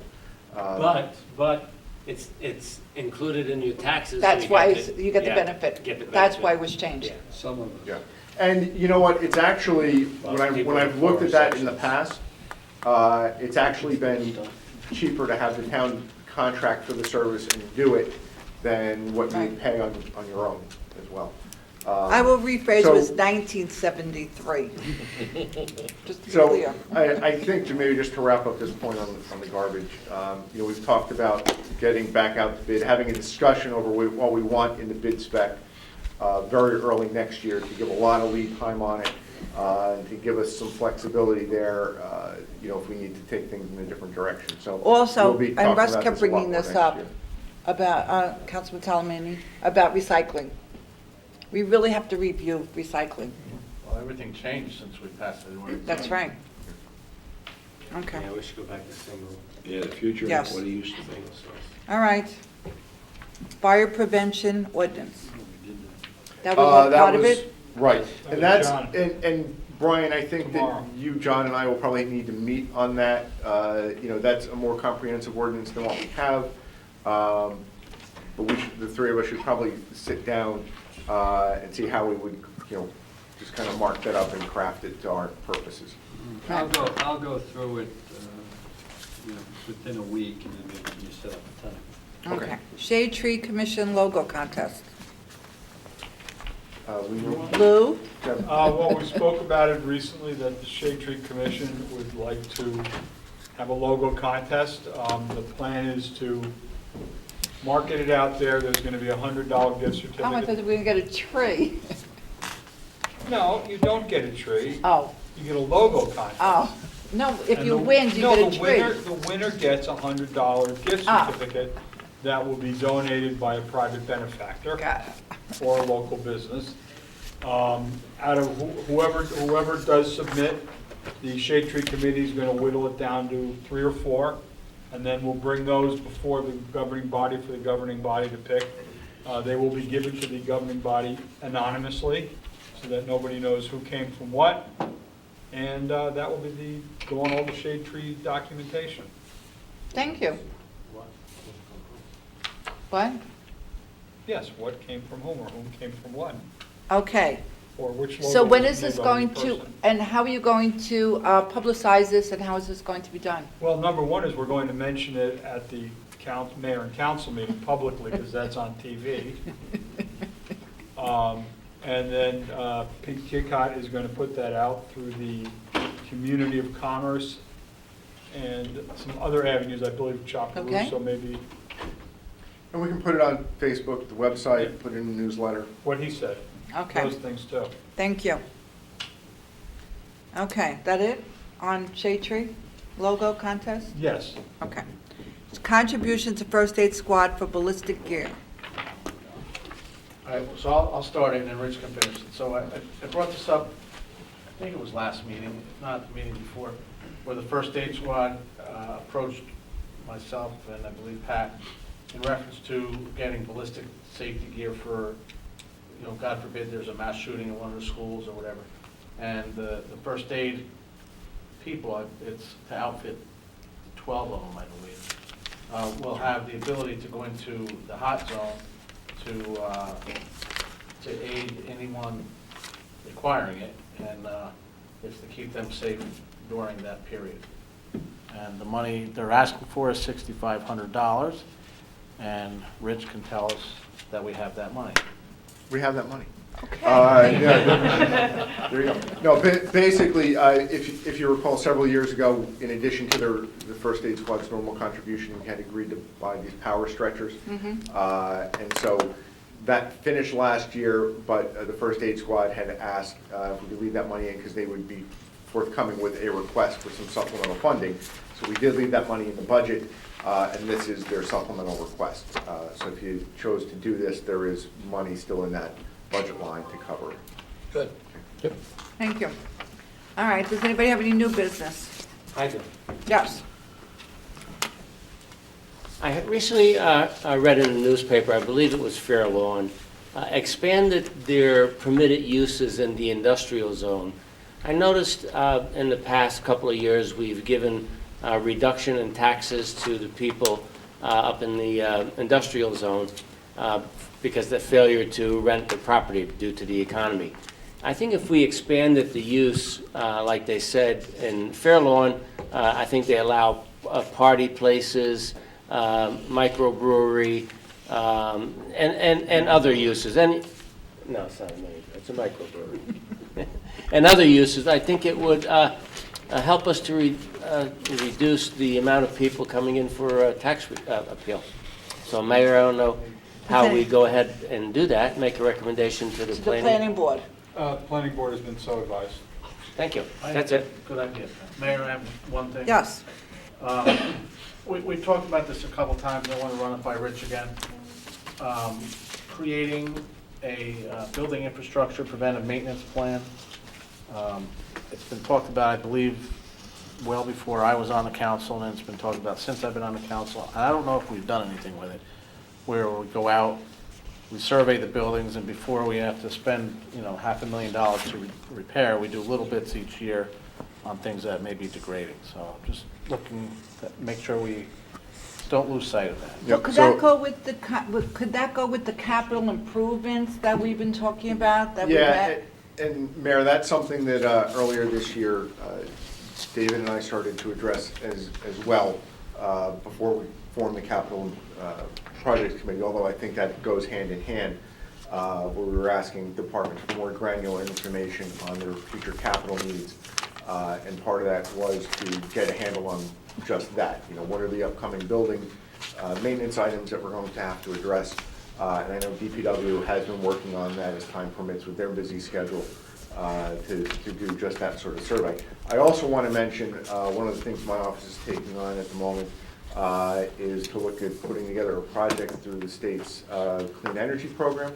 There's a program called Direct Install where a state kind of selected vendor comes out and looks at facility upgrades for energy efficiency. A lot of it is lighting, but there are other components, HVAC and pumps and things like that they look at. So that's something that we're going to go forward and do. It seemed like we just did it, but it was actually about 9 years ago. That was Lime Energy. Lime Energy, and they're still the designated contractor for this region. So that'll address some of the infrastructure items, at least from an energy use perspective. Okay, thank you. Anybody else? Any old business? Council committee reports. We'll start with Councilman Talmini. Sure, thank you. Just with the public events, we have a couple events coming up. We have the Halloween parade that's on October 26th at 10 o'clock. If you get to Valley Middle School a little bit before 10, so we could line everybody up. We'll have the parade. There'll be a bunch of classic cars there. They'll do the trick or trunk. And there'll be the blow-up maze and a lot of other fun stuff. The Halloween parade is one of the most fun events we have. And then also on November 2nd, there's going to be Touch a Truck at the library. It's from 12 to 2. You go there, you can get in the different trucks that they bring there. There might be a dump truck, a fire truck, Ambulance. Yeah. Ambulance. An ambulance. It's and, called Touch a Truck. a Truck. Yeah. Mhm. And the kids get to go in it And blow the air horn. They weren't doing that back in 1873. and then Touch your horse back then. And then go Going further, on December 7th is Toys for Tots at the train station in town. And then on December 8th, the menorah lighting and Christmas tree lighting will be in the evening. And then also, we're going to have again the holiday lights judging in town. Yep. There'll be different zones and one main winner, and then in different zones, the school district that you're in. And so you register with the Public Events Committee, and then it'll get judged, and you see, and they mentioned that the previous year winner can't win this year. Oh. So it's not the same person winning every year. Russ, you may want to clarify we don't have a train station in town. Toys for Tots is at Bush Plaza. At Bush Plaza, I'm sorry, yes, at Bush Plaza. And, Good point. Well, at least That was in we indicated 1873. Yes. Where's our train station? Where's the train? Yeah, at the old train station. Yeah, and then also just we got one new member on the public events. We always need more members, and like we said, we have a lot of events, and the more people we have, the easier it is to do. And but it's a lot of fun. All the events we do, we have a good time. So if you got some time on your hand, join the Public Events Committee. And then also, just on a personal note, the Cooperstown baseball team is having their annual Halloween party on October 26th at 7:30 at the Knights of Columbus. They're $50 a ticket, so if you come and support the Cooperstown team, that would be greatly appreciated. Thank you. That's it for me. That's it for me, Mayor. Thank you. Thank you. I was just telling Pat that he's no longer on the committee, The Public Events Committee. yeah, they were talking about that. Councilman? Thank you. A couple things. OCC, Communications Commission is meeting meeting November 4th, 7:30 PM, right here in Council Chambers. As Ryan said, we certainly want to thank Chopper for really putting that nice plug for volunteers for the OCC. So once again, Chopper, thank you so much for that. Also, the OCC wants to remind you that there's a lot of events taking place in town. It's a great opportunity if you want to film your event and submit it to Oakland TV so it can be aired. And as Ryan said, they've received the honorable mention for the Municipal Public Information Contest 2019. So great job by Mike, Ryan, and the entire committee. Very well done. My rec report, last Saturday, the football and cheers theme was a pink out to honor breast cancer survivors and those struggling with the disease. They had pink pom-poms for the girls, and the boys were wearing pink socks with pink armbands or wristbands. I was going to mention that. I forgot. I was at that. It was done really well. They honored a bunch of survivors, and it was really a nice event for people. You know, I mean, all of us have been touched in some way by someone with cancer. And I was told that Ridgewood. Right. They were very touched by it. Yeah, and they had some of we invited their family members to come forward too. So it wasn't just Oakland being recognized, it was Ridgewood being recognized. It was really done very well, and they're going to do something for Veterans Day. This Saturday night. Yeah, this Saturday night. Steal my thunder here, Yeah, Russ. sorry. It was done so well. I wanted to mention it. I forgot. It was a nice event. Okay, thank you. Sorry. Thanks. Not okay. All right. Also, as Russ just mentioned, next Saturday football and cheer will be the theme will be Salute to Service Member Veterans from Oakland, and there will be a special program that day as well. Also, sign-ups are currently going on for roller hockey, basketball, and wrestling. Also, roller rink update. The good news is all the curbs are done, the asphalt's been laid, and so we're just waiting on the boards and the striping to get done, and we should be in good shape for November 30th. So we're actually way ahead of schedule at this point with completing the hockey rink. Also, I wanted to just reiterate what the mayor said. You know, we're working really hard on this online payment system. So residents can now pay your taxes and water bills online. You can pay with Visa, MasterCard, Amex, and Discover. You can also pay with e-check or do direct withdrawal. So just visit oakland-nj.org, go to online bill payments, and set up your account, and you're ready to go. And I think that should do it, Mayor. Thank you. Thank you, And we Councilman. still take cash. Always. I want to make everyone aware of that. No, some places don't take cash. Really? Banks. Oh. Wells Fargo, you cannot deposit cash into someone else's account.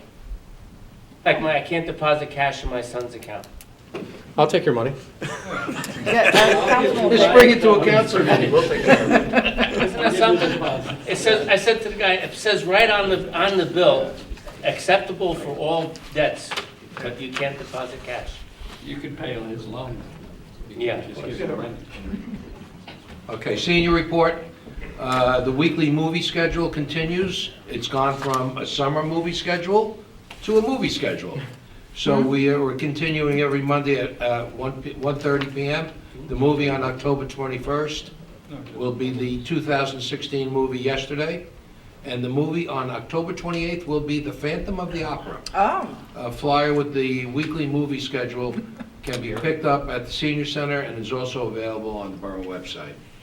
On Thursday, October 17th, which is tomorrow, at 11 a.m., they'll be holding the second part of the Senior Skin Care Series. Christine Balme, esthetician school, will be coming to discuss healthy senior skin care. All attendees are asked to register with Ariel in her office or call the Senior Center, which is probably too late right now. Line dancing classes will continue in October with our volunteer instructor, Edith. These classes will be held on Friday, October 18th, which is this Friday, at 2 p.m. There's no pre-registration necessary as this is a drop-in class. Halloween bingo will be held on October 31st at 1 p.m. Everyone is encouraged to festively dress in costume. So we'll be doing that, right, Mayor? Yes. Okay. The men's club. I'll wear my clown costume. Okay.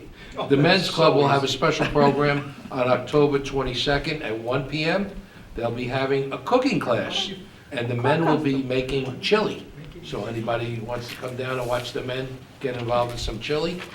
And finally, they'll be holding a flu shot clinic on October 22nd from 1 to 3 p.m. If you'd like to register, please see Sandra in the Health Department office at Borough Hall. Council report for the DPW. The Water Department employees continue their annual fire hydrant flushing program. Every borough-owned fire hydrant is being flush, pressure tested, and inspected during this process. The only hydrants not yet completed are all the hydrants located on Bergen County roads in high traffic areas. Over the next 2 to 3 weeks, residents may notice these hydrants being tested between the hours of 10 p.m. and 6 a.m., Monday through Friday until the project is completed. All hydrants found not functioning properly are typically repaired within 10 business days. If residents have any questions, please call the Public Works Office at 201-337-8103, extension 3001.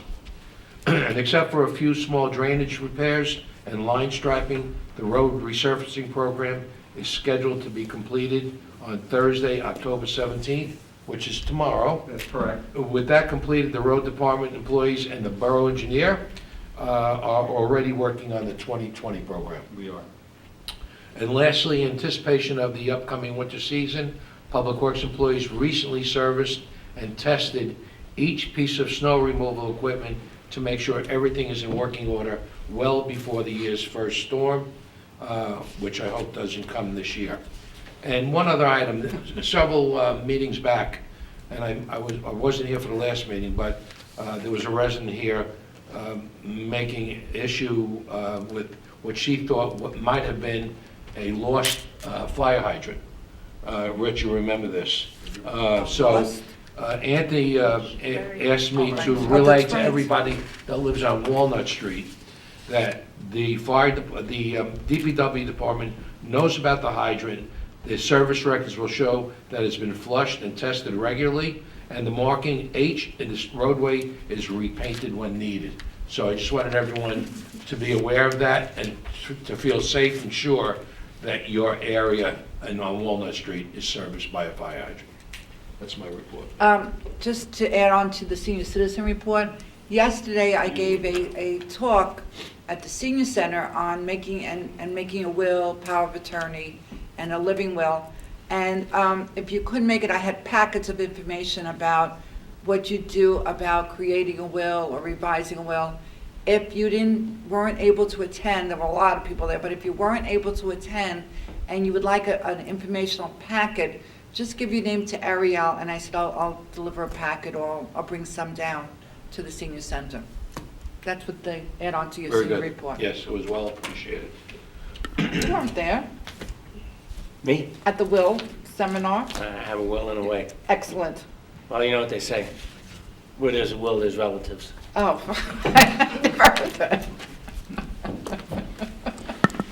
I'd just like to remind everyone, hazardous waste collection, the next hazardous waste collection is October the 20th at Bergen Community College from 9 until 3.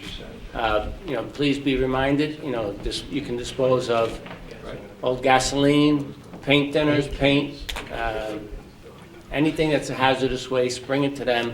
Bergen Community College from 9 to 3 around Framus Road.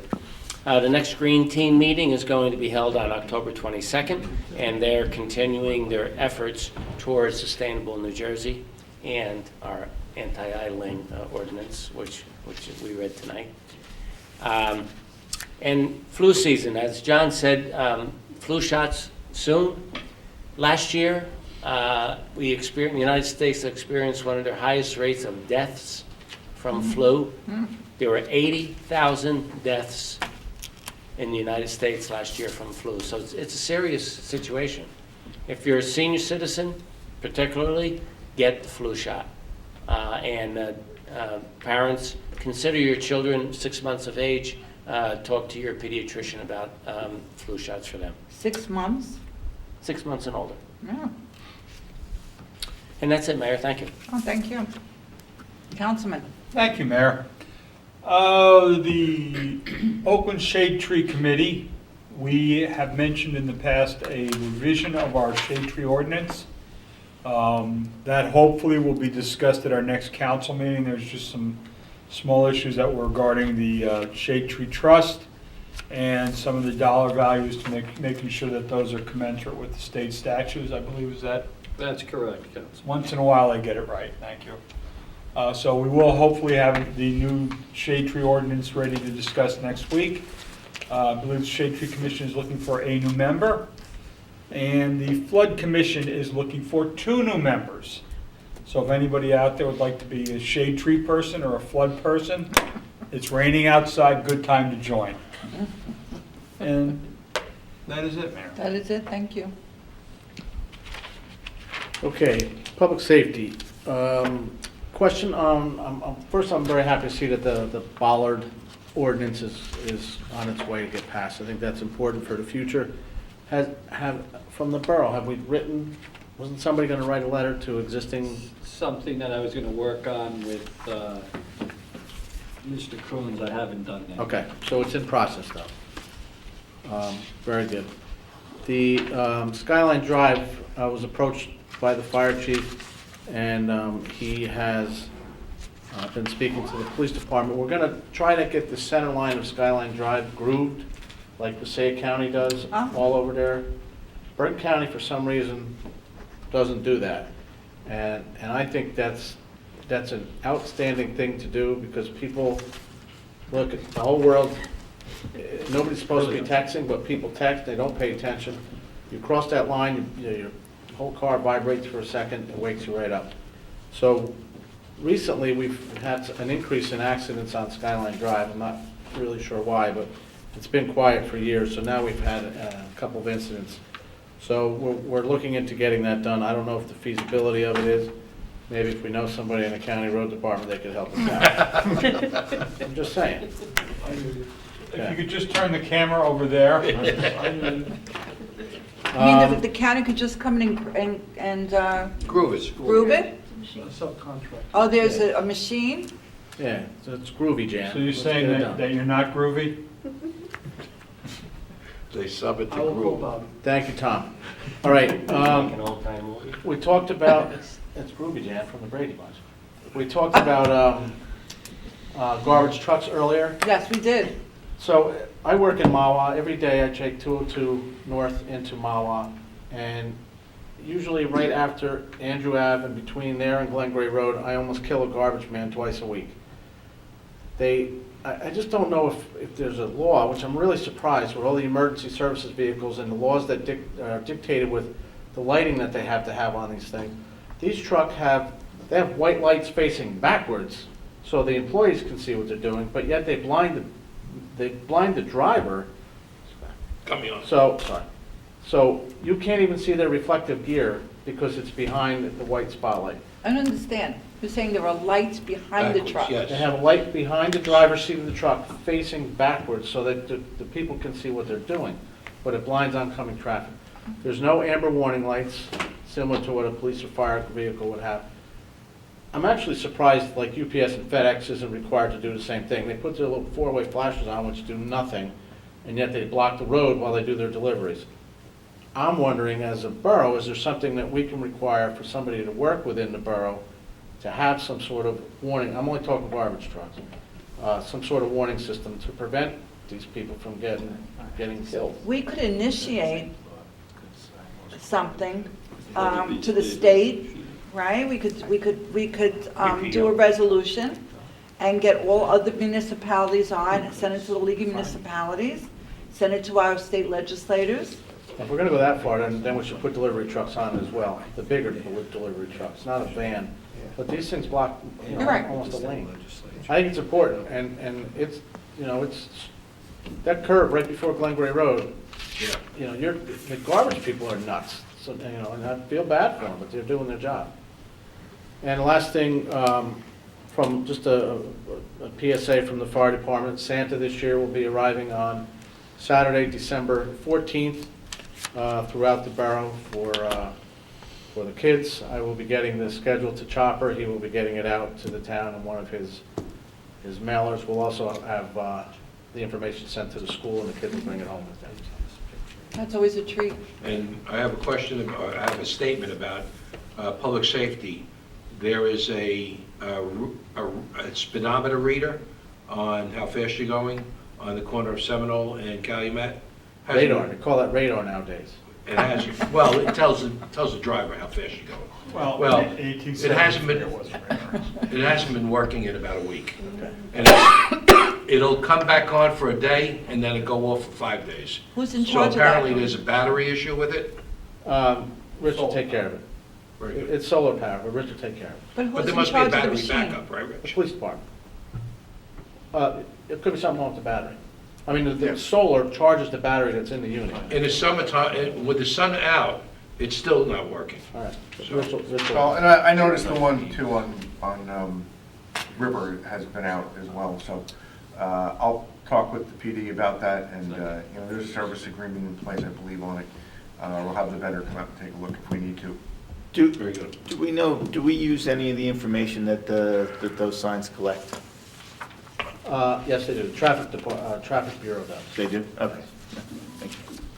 They actually put out some pretty interesting reports. Eric remembers back last year we were looking at them. Yeah, it's very detailed. Time of Generates all day, kinds of- speed, quantity. It tells them really when to zone in and do radar details. That it? That's it for me. Then, no, is there a motion to open to the public? So moved. Second? Second. All in favor? Aye. I didn't have time before, we only get 3 minutes. No. On your public safety thing. Yes, sir. All right. I was kind of instrumental in getting those bollards put up in front of Starbucks because we almost got killed there one night. Some guy jumped the curb and came up on the patio. Yes. And just recently you had a car go through the front of the Chinese restaurant.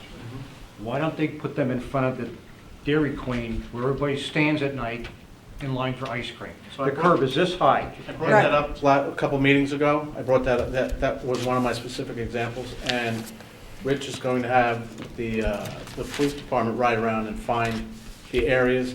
We can't, and I can let Brian elaborate on this. We Right, can't- Brian gave us a whole statement. We can't make, retroactive. it's already there, the building's already there, we can't make it go back. So we're The gonna write a letter grandfather, to yeah. existing businesses. Well, the thing is, you also have 2 handicap spots there. So God forbid somebody that's handicapped comes up there and loses control of the car, they're gonna wipe out 10 kids that are running around with ice cream Not cones. arguing with you. If it were up to me, I'd put them everywhere, but the law doesn't allow it. It's dangerous, you know? So, But we're going forward. So let's say you open up a new business and you have to come before and get permits and get your C of O. that should be part of it. It will be, that's what the ordinance will do. That's But we good. can't go back to a Oh, I business that's understand. already, yeah. Why can't we? That's my question. Because he said it's against the law. Yeah, but if it's for the good of the community, just like eminent domain, you can take a property and use it for something when it has eminent good value and resource to the community. You answered that. This is something that takes somebody's life away. Well, I mean, if you equate it to eminent domain, then the municipality would have to pay for it. What this is that you have an existing facility. It's like anything else. It's like, you know, if my house was built in 1965 and it's not up to code, and I don't have to bring it up to code today. When these businesses were approved, they met the code at the time, so we can't make it retroactive. So we made it proactive. So what was suggested, I believe it was last meeting, is that we're going to offer that suggestion. One of the suggestions I'm going to make is that if you're going to do modifications to the, to accomplish this, that the borough would waive a site plan requirement. And if there is an engineering review, maybe we would suggest that the borough would pay for that review. Very good. Rather than the business posting the escrow. So give them a little. So there's a bit of an incentive. So Trying to rather encourage than them. say, you know, you need $1,500 for the engineer to review it. Now you just ruined his day. My family has to eat, Brian. Well, I'm not saying you wouldn't get paid. I would say the borough would pay the bill. So if there's an empty store, a vacant store, and a new business goes in, that would not be under this ordinance? It may not trigger site plan review, because if you go to retail, Right. there's not a typical change in Right. use. However, if a shopping center or the Dairy Queen came in and said, we're going to redo our parking lot, we're gonna stripe it, we're gonna curb it, That triggers. now it'll trigger a site plan review. You can say Okay. you need to put those protective measures in to. I mean, if you go to any of these new quick check stores, they're around the complete perimeter of the building because there's no curb. It Right. goes from the Right. parking lot right up to the sidewalk. Yeah, you basically have the zero level at Quick Check and Wawa's, and I guess they're notorious for people running into. So, Thank all right, you. thank you. Yes. Anybody else? Oh, I just wanted to expand on the football. Yes. This weekend, as you said, is the saluting the veterans. They're not only saluting the veterans, they've actually invited any local veterans to Yes. come to Yes. the game. Yes. And they're going to have food available for the veterans, and Oh. also armored cars and military vehicles will be present at the game as well. is that, and I All the was kids are going to told- be in red, white, and blue, and all that good stuff. Oh, and I was told 6:30 is when the ceremony will occur. The 6:30 game. Not sure. I don't have that info. I'm just reading my daughter's in cheer, Oh, so oh. we all got an email Oh, okay. basically saying, you know, if you have family Oh, members, so you've done that. send an email over and they'll announce them and everything. So we should wear red, white, and blue? Yes. Okay. Got that, everybody? Anybody else? Motion to close? So moved. Second. All in favor? Bills Aye. to be paid?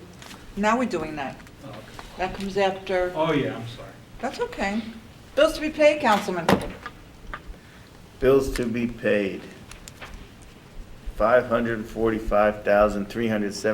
$545,376.11. So moved. Second. Any questions? Roll call. Councilman Bialy. Yes. Councilman Neff. Yes. Councilman Kamala. Yes. Councilman Levy. Yes. Councilman Pinkatelli. Yes. Councilman Talamini. Yes. And at this time, a motion to adjourn? So moved. Second? All in favor? Aye.